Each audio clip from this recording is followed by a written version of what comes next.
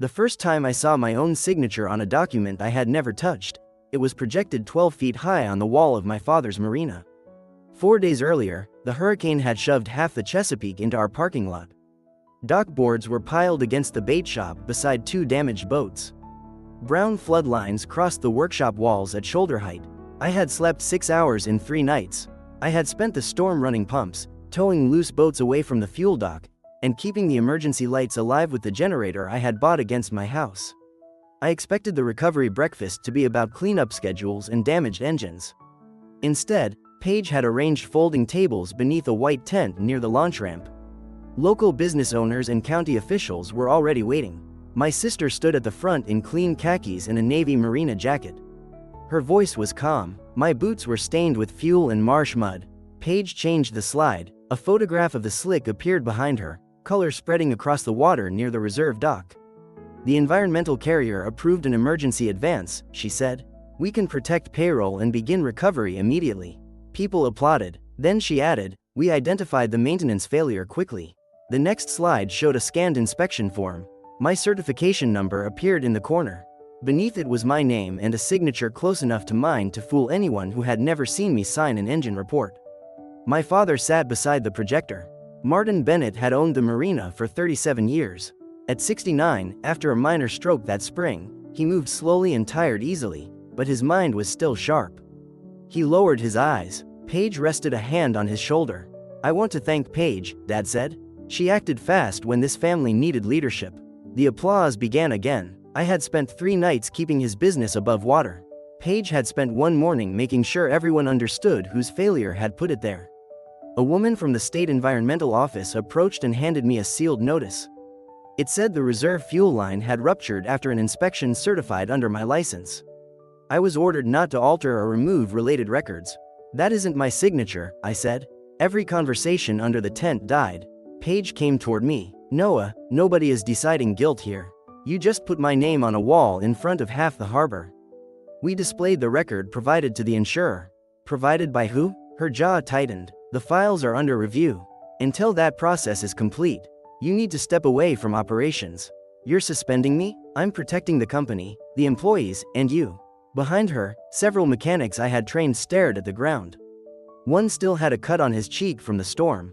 I had pulled him off a drifting dock section during the surge.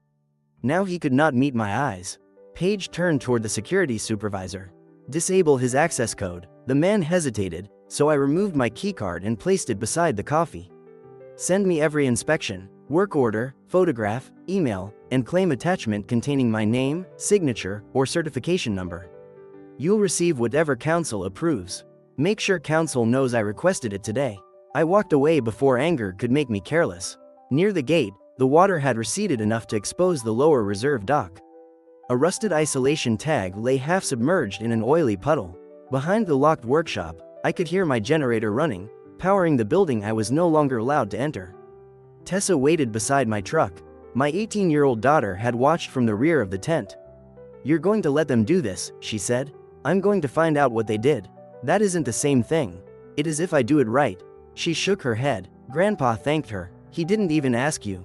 I looked back. Dad stood alone beneath the tent, one hand against the table for balance. Protecting him from embarrassment had become a reflex. I had done it so long that I could feel myself preparing to do it again. He caught up near the gate. "Your sister is trying to keep this place alive," he said. "Don't make the family situation worse before we know everything." I wanted to ask how much worse it had to become before my side counted as family. Instead, I said, "Did you see me inspect that reserve line?" "No." "Did you see me sign that form?" "No." "Then you know enough not to thank her for blaming me." He had no answer. I got into the truck. Before starting the engine, I photographed the notice, the gate, the running generator, and the flood line on the workshop. Then I opened the storm album on my phone. The inspection form said I had entered the reserve building at 3:40 p.m. on the afternoon of the surge. My phone held a photograph stamped 3:47 p.m. that same day. The reserve building was visible in the background. Only its roof was above water. That photograph did not clear me. It did something more useful. It proved the document could not be true. I drove home without calling Paige. Rain dripped through the garage ceiling. I moved a folding table beneath the driest section and began building a record. My maintenance notebook came first. Then the generator logs, weather alerts, and phone photographs. I saved copies in 3 places. Tessa watched from the doorway. "You always do this," she said. "Do what? Turn getting hurt into another job. Right now, it is a job. Aunt Paige is telling everyone you caused an oil spill. Grandpa is asking you to stay quiet, and you're protecting them by pretending this is only paperwork. You've taught this family they can blame you safely," she added. "You fix the damage and make sure Grandpa doesn't get upset." That landed harder than anything Paige had said under the tent. I had always believed being useful gave me a place in the family. Being needed had felt easier than asking to be respected. My phone rang. Dad. He did not mention the forged report. He asked whether the bait shop freezer could run another night on my generator and where I kept the spare starter relay. Practical questions. Safe questions. "Dad, did Paige send that inspection file to the insurer?" A pause. "She handles the paperwork." That wasn't my question. You know how tired I get now. I can't track every email. The old reflex rose in me. Solve the equipment problem. Leave the accusation alone. Instead, I said, "The relay is above Bay 2. Have someone photograph it before they remove it." "Why?" "Because nobody touches anything connected to my work without creating a record." He went quiet. Then he said, "Don't come down here tonight. Paige has security watching the gate." An hour later, Rafael Soto, one of the younger mechanics, texted me. He said the server still showed my certification attached to the claim and offered to photograph the screen. I told him not to risk his job and asked only whether the remote pump dashboard was active. He replied yes. Then another message appeared. "Forget I contacted you. Paige says anyone sharing records with you is helping you steal company data. I have 2 kids, Noah." "I'm sorry." Tessa placed her laptop on the table. "I may have something that doesn't require anyone to risk their job." The afternoon before the hurricane, she had flown her drone over the marina for a community college mapping project. She opened the original file. Its metadata showed the date, time, coordinates, and device serial number. We watched the camera turn toward the reserve dock. "Stop there." She froze the image. The isolation cap was installed. A bright orange tag hung from the valve exactly where I had fastened it before the surge. The footage did not show who later removed it. It proved only that the line had been secured before the storm. I exported a still without altering the original, recorded the file information, and logged into the pump manufacturer's cloud dashboard with my technician credentials. The timeline filled the screen. Power failure. Battery backup. High water alarm. Main power restored. 2 days after the hurricane, every system returned to normal reporting. Then the graph went black. 12 minutes were missing, a clean gap between 2 normal readings. When the data resumed, the reserve transfer system showed a manual override. The credential field listed an administrator group. Operations Director Office. Paige's office. Tessa leaned closer. "That's her. It's access assigned to her office. That doesn't prove she used it. You won't say it until you can prove every inch, will you?" "No. She only has to make me look angry. I have to make the record impossible to argue with." I downloaded what the portal allowed and captured the timestamps. Then I sent preservation notices to the marina, its attorney, the environmental carrier, the pump manufacturer, and the cloud provider. I identified the forged inspection, missing telemetry, override record, and related files that needed to be retained. After that, I called the insurer and asked for the investigator assigned to the pollution loss. Her name was Dana Cho. She listened while I explained that my certification number and a disputed signature had been used in the claim. "I can receive records," she said, "but I can't accept your conclusions without independent verification." "I'm not asking you to. The marina may argue you accessed company systems after suspension. My service credentials were active.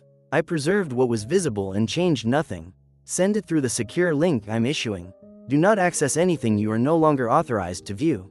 Before the call ended, another email arrived. The state licensing board had opened a preliminary review of my certification. I had 20 days to respond. The accusation could now take away my livelihood. That evening, I drove past the marina from the public road. Rafael stood near the entrance. For a second, he looked ready to approach my truck. Then Paige stepped out of the office. Rafael turned away, and the security gate rolled shut between us. My generator was still running inside. 2 days later, Dana called. "The spill sample contained red tax-exempt marine diesel dye," she said. "We traced the batch number to a delivery made 3 days after the hurricane." I sat down at the folding table. Whatever fuel entered that water, Mr. Bennett, all of it could not have been released during the storm. The storm had been blamed for everything because storms make convenient witnesses. They destroy records, move debris, and leave enough confusion for almost any story. But fuel delivered 3 days later could not travel backward in time. Dana confirmed only that the laboratory results supported a second release after the weather cleared. That gave me a direction, not a conclusion. The next morning, I met Ellis Ward at a public boat ramp north of the marina. Ellis had been harbormaster for 22 years and trusted tide tables more than people. I spread current charts across my truck hood. He checked the sample locations against wind records, tide predictions, and the cleanup crew's first photographs. If the main release happened during peak surge, the current would have carried it west into the marsh, he said. He dropped wood shavings into the channel. The outgoing tide pulled them toward the shipping lane, but the heaviest residue was found south of your reserve dock. That fits a release after the storm, when the tide turned. The contamination line did not behave like fuel scattered by a hurricane. It behaved like fuel released from one fixed location after normal current returned. I sent Ellis's reconstruction to Dana, labeled as an independent opinion. Then he looked at me across the charts. You're giving her the sensor memo too, right? 6 months earlier, I had recommended replacing a secondary pressure sensor on the reserve system. It had begun producing intermittent low readings. Dad rejected the expense because the primary sensor and mechanical shutoff still worked. I documented the recommendation. Then I kept the system in service. The sensor didn't cause this spill, I said. That isn't what I asked. Replacing it would have required shutting the reserve line during our busiest month. I accepted Dad's decision because I was tired of fighting over repairs that did not produce immediate revenue. That was my mistake, not sabotage, not forgery, but a real decision carrying my name. If Paige has that memo, Ellis said, she'll use it. She has every company email. Then decide whether Dana hears it from you or your sister. That afternoon, I recorded a formal statement. I explained the faulty sensor, my replacement recommendation, Dad's refusal, and my decision to continue operating under the functioning primary safeguards. I attached the full email chain. Dana called after reviewing it. This may create additional questions for the licensing board. I understand. Disclosure does not prove the sensor was unrelated to the release. That's what the technical review is for. She paused. Most people send me the clean version of themselves. I don't have one. By evening, Paige had released her version. She sent 2 cropped emails to the Harbor Association and several customers. One showed me saying the secondary sensor was unreliable. The other showed Dad asking whether a replacement could wait. The lines describing the working backup protections were missing. Paige said the marina had discovered previously documented maintenance concerns and was cooperating to protect the waterfront. The comments did the rest. People who had called me at midnight to repair their engines now said I had cut corners. One charter captain wrote that I should lose my license. Tessa read a few comments before I closed the screen. You told Dana the truth. Why does it still feel like Paige is winning? Because accusations travel faster than technical reports. My home equity statement lay beneath the laptop. I had borrowed against the house to buy the generator after Paige promised the marina would reimburse me. It never had. Some of that equity had been meant for Tessa's college costs. Now the generator was behind Paige's gate, my work had stopped, and my license was under review. Dad came to the house after dark but stayed on the porch. Paige says you're requesting records about marina property. They're public filings. You need to stop digging into the financing. That was the first time he admitted there was financing worth finding. A shoreline permit led me to a luxury developer. Property records showed Paige had negotiated an option giving the company the right to purchase our expansion parcel. The price increased if the repair yard could no longer operate under its existing environmental permit. Then I found the bridge loan. Dad and Paige had secured it against the expansion parcel. Payments were overdue. The insurer's emergency advance arrived days before the default deadline. You signed it, I said. It was supposed to keep the marina alive until redevelopment. Did you know Paige was negotiating a sale? I knew there were options. That meant yes. He rubbed his temple, tired from the stroke. If this becomes public, the bank could take the property. 23 people could lose their jobs. And if I stay quiet, I could lose mine. This is bigger than one license. My license was small because it belonged to me. The marina became sacred whenever Paige needed protection. I won't publish the loan, I said. But I won't hide it from Dana. You could destroy everything your mother and I built. No, I'm finding out what Paige was willing to destroy to save it. He left without entering the house. The next morning, Dana sent the first claim attachments released through counsel. Most were invoices for cleanup crews, damaged electrical equipment, and debris removal. One contractor appeared twice under slightly different names. The state registry showed no marine environmental license. Its mailing address belonged to a rented mailbox. The invoice claimed 8 hours of storm debris removal at the reserve dock 48 hours after the hurricane. At the bottom was an equipment serial number.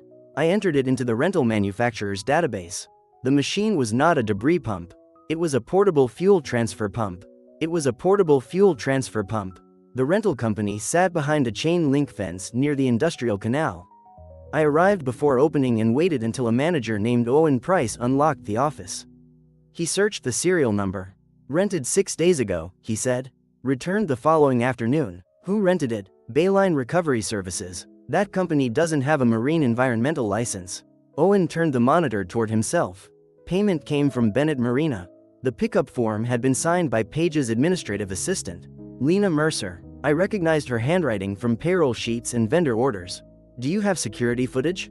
"Cameras override every 7 days. I had arrived 1 day too late."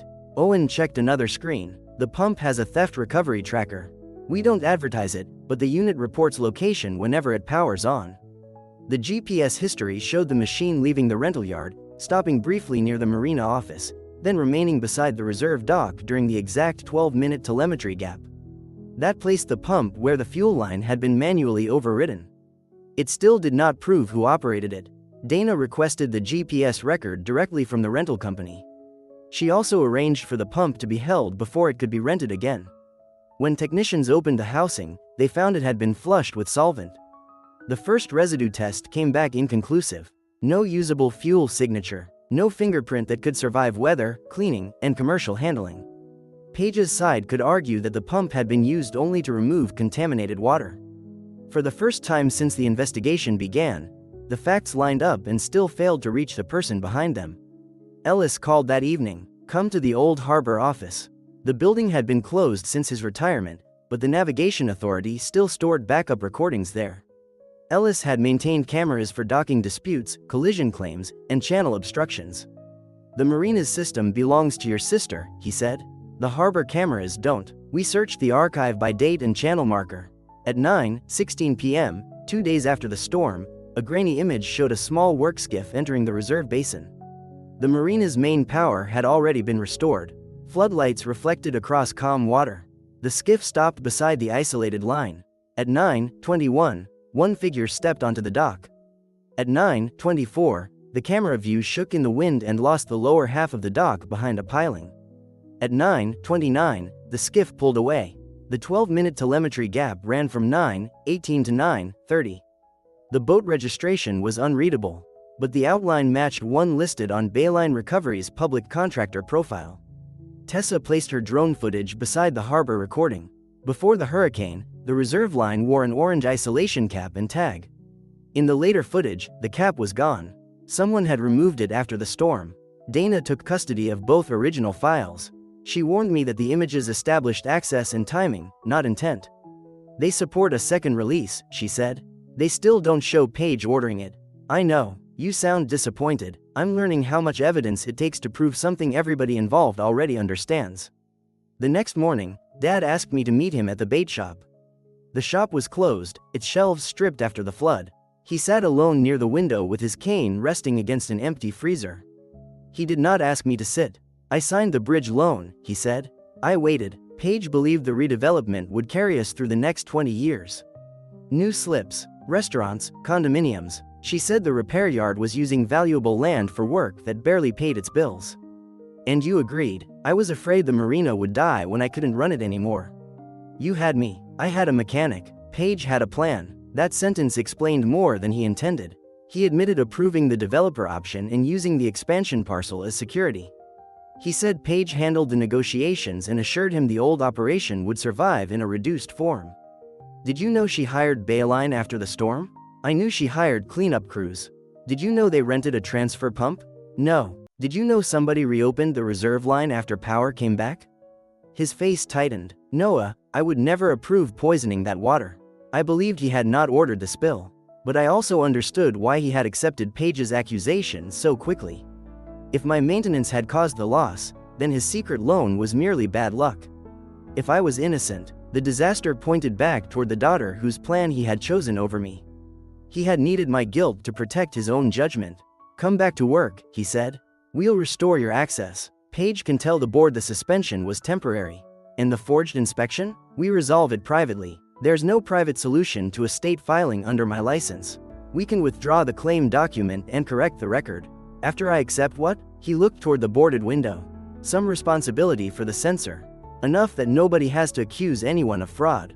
The marina could survive. Paige could keep negotiating. Dad could keep pretending the family had suffered a maintenance accident instead of a deliberate second release. I would carry the professional damage. Again, no. His hand tightened around the table edge. 23 employees depend on us.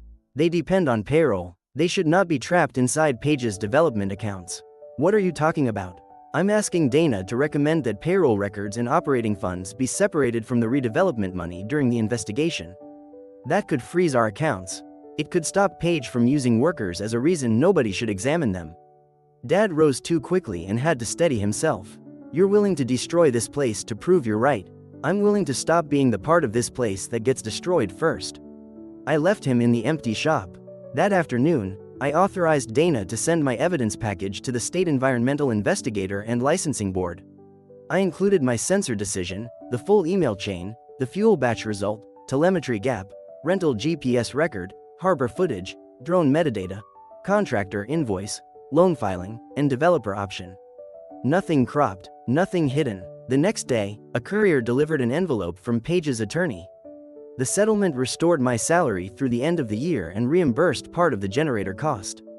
The marina would describe the spill as a shared systems failure. In return, I would accept supervisory responsibility, surrender my license voluntarily for 12 months, withdraw my challenge to the inspection record, and keep the loan and developer agreement confidential. The agreement sat on my garage table beside my old Coast Guard commendation. Tessa's tuition deposit was due in 6 weeks. My repair income had stopped. The generator loan still came out of my account every month. Raphael and the other mechanics could lose their jobs if the insurer froze more money. Across the channel, marina engines started for the morning shift. I could hear the business operating without me. For one night, I considered signing. Not because Paige's story was true, but because surrender had always been the quickest way to protect everyone else. The following morning, Dana called before I had decided. We received a forensic copy of the disputed inspection PDF from the insurer's original claim archive, she said. Did they verify the signature? That isn't the strongest finding. She explained that the file retained embedded creation data. It identified the device name, user profile, and exact time the document had been generated. The PDF was created on Paige's office laptop. 17 minutes later, she emailed it to the insurer with her request for the emergency advance. 17 minutes was the distance between Paige creating the false inspection and asking an insurer to pay her for the disaster it described. I did not call her. By then, the evidence no longer belonged only to me. Dana had preserved the insurer's file. The rental company certified the pump's GPS history. The supplier confirmed the post-storm fuel batch. Ellis transferred the harbor footage to the state investigator, and Tessa's drone file still carried its original metadata. Paige could attack my motives. She could not erase the timeline. 3 weeks later, the county held a combined hearing on the marina's remediation plan and waterfront redevelopment. Paige refused to delay it. Approval would let the developer exercise its option before the bridge loan fell deeper into default. I entered through the public doors because I was still banned from the marina. Tessa sat in the second row. Raphael and several employees stood at the back. Dad sat beside Paige beneath a projection of condominiums where our repair yard stood. Paige said the hurricane proved the old operation could not survive. Outdated infrastructure, she claimed, had caused an accidental release, while her quick response protected jobs. Her attorney displayed my sensor emails. You knew the secondary pressure sensor was unreliable? Yes. You recommended replacing it but kept the system operating? Yes. So you accepted the risk. I accepted delaying the replacement. That was poor judgment, and my name belongs on it. But the primary sensor, mechanical shutoff, and isolation valve still worked. That sensor did not open a capped line 2 days after the storm. I had taken away her cleanest weapon. She could prove I made a mistake. She could not make that mistake perform the actions in the records. State investigator Marisol Vega presented the timeline. The reserve line was isolated before peak surge. Main power returned 2 days later. At 9:18 that evening, telemetry stopped for 12 minutes. During that gap, the system logged a manual override from the Operations Director Administrator group. Several employees used that office, Page said. The credential identifies the access point, not the individual, Vega replied. Then the map changed. The contamination pattern did not match one release during peak surge. The heavier residue south of the reserve dock matched the later tide. Vega displayed Tess's pre-storm image. The orange isolation cap was visible. The next frame came from the harbor camera during the telemetry gap. A contractor's skiff sat beside the line, and the cap was gone. I handed Vega the recovered tag. It was photographed in place before the hurricane and recovered near the dock afterward, she said. You keep calling this a suspected second release, Page said, because you cannot prove anyone staged it. No final enforcement finding has been issued. Vega answered. That uncertainty still helped Page. The board considered limited approval while the investigation continued, and the developer's representative reopened his binder. Then Dana testified. The transfer pump had been collected under the Marina account and remained at the reserve dock during the telemetry blackout. Red-dyed marine diesel in the later sample came from a batch delivered 3 days after the hurricane. Page's attorney argued that new fuel might have entered contaminated water during cleanup. That is why we reviewed the claim records and payment timing, Dana said. The forged inspection appeared on the screen. The insurer's archived copy had been created on Page's office laptop, under her user profile, 17 minutes before she transmitted it with the emergency advance request. That computer was shared during recovery, Page said. Her attorney pulled her back from the microphone. Dana continued. The advance had been requested before the final spill quantity was calculated. Part of it then moved into an account servicing the expansion loan instead of remaining in the remediation and payroll account. Page's calm broke. That loan kept these people employed. The old yard was failing. I made decisions during an emergency because nobody else had a plan. You had a development plan, I said. That did not give you permission to use my license. Her attorney said resentment drove me to manipulate the cloud records. I named the source of each fact. The drone file came from Tess's school archive. The tide data was public. The pump location came from the rental company. The fuel batch came from the supplier and laboratory. The PDF came from the insurer. The loan and option came from recorded filings. I am not asking this board to trust me over my sister, I said. I asked independent records to be preserved before either of us could change them. Tessa watched without speaking for me. For once, I defended myself. The board recessed. When the members returned, the chair said they intended to deny the full redevelopment request but were considering limited approval for the expansion parcel because responsibility remained unresolved. Then Dad pushed himself to his feet. I need to correct my financial disclosure. Dad, sit down, Page said. He moved slowly to the public microphone and admitted signing the bridge loan and approving the developer option months before the hurricane. The loan was nearing default when the spill occurred. The chair asked when he first believed insurance money could cover the debt. Dad looked at Paige. She told me the emergency advance would carry the loan until closing. When? The morning after the spill was reported. Vega checked the timeline. The spill volume had not been calculated until 2 days later. Dad gripped the microphone. She said the claim could not fail. She said No's maintenance records gave the insurer someone it would believe. Paige stood so fast her chair hit the wall. That is not what I said. Dad did not look at her. It is what I heard, and I let myself hear it because I had signed the loan. He had implicated himself before the workers, lender, insurer, and board. No one could dismiss that as my resentment. The developer's representative closed his binder and withdrew the purchase option pending the investigations.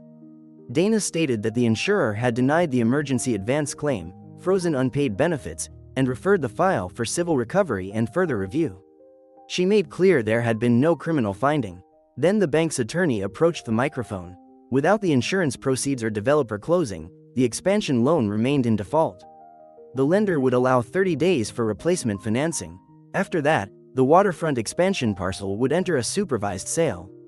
The 30-day deadline did not save the marina. The bank rejected 2 refinancing proposals. One depended on the developer who had already withdrawn. The other required a personal guarantee from me. Dad brought the papers to my house. If you sign, we keep the repair yard, he said. The expansion parcel can go. I read the first page. My house, truck, tools, and future income would stand behind a company that had used my license to frame me. No, you would control it this time. I had responsibility last time. Paige had control. I can transfer ownership to you. That was the offer I had expected my whole life, arriving only after the business became too dangerous for anyone else to hold. I don't want the marina. The expansion parcel entered supervised sale. A regional waterfront company bought it for less than Paige's deal had promised, but enough to reduce the bank debt. The repair yard remained open under a court-appointed manager. Paige lost access to company money. The insurer demanded repayment of the emergency advance already spent. The investigations continued. Nobody led her away in handcuffs. Her authority disappeared one signature at a time. She could not approve invoices, move funds, or speak for the marina. Her attorney answered questions for her. I did not leak records or post the hearing footage. I cooperated with investigators and let the official files speak. The manager later asked me to inspect the remaining fuel system. A corrective report from me could help restore the operating permit and reduce the marina's exposure. I refused. My license was still under review, and I would not attach it to another marina document until the state cleared me. For the first time, my family learned the cost of work I had always provided without making them ask properly. Outside technicians charged emergency rates. Engines stayed out of service. Customers went elsewhere. Paige had built her plan on the belief that I would protect the marina even after it blamed me. My absence was not revenge I had to design. It was a consequence they had never budgeted for. 6 weeks after the hearing, the licensing board closed its preliminary review without suspending my certification. It criticized my delayed sensor replacement, but found no evidence that I signed the false inspection or caused the post-storm release. My livelihood came back. The lost months did not. Through the manager, I demanded my generator, diagnostic equipment, personal tools, and unpaid storm expenses. Paige's attorney claimed several items had become company property. I had receipts, serial numbers, loan statements, and photographs. The manager approved their release. I entered through the same gate that had once closed in front of me. A guard watched while I disconnected the generator. Nobody apologized. Raphael met me beside Bay 2.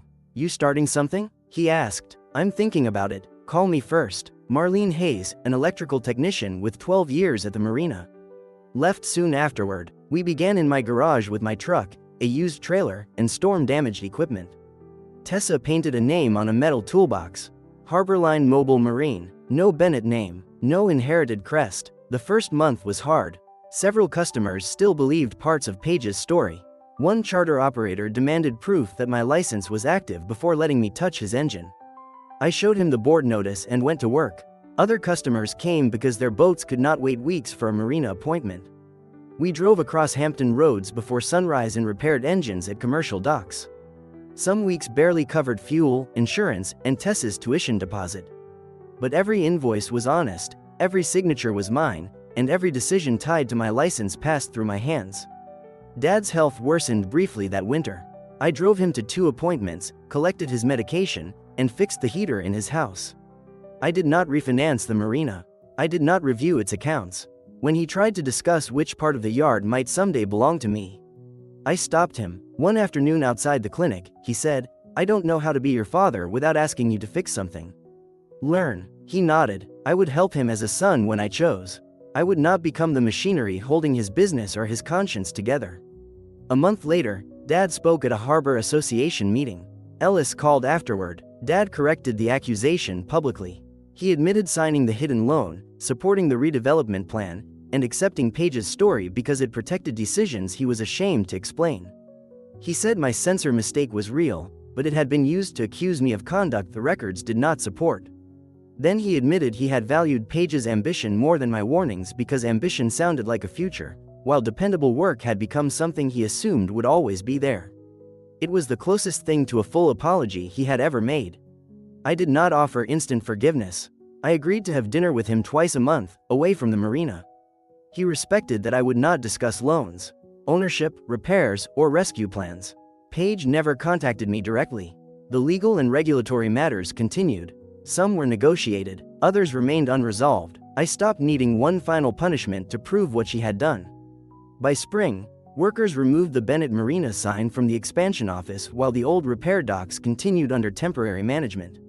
Harborline had enough contracts to replace the trailer with a 20-year-old service boat. Raphael and I rebuilt its engine ourselves. Our first open water call came before dawn from a commercial crabber with a failed fuel pump. I worked below deck while Marlene traced the electrical feed and Raphael kept us steady against the chop. When the engine started, the vibration traveled through my boots. On the ride back, the old marina appeared across the water and slowly receded behind us. I had once thought winning meant proving I deserved to inherit that place. It did not. My revenge was becoming impossible for that family to use again. For the first time in my life, my loyalty was no longer collateral.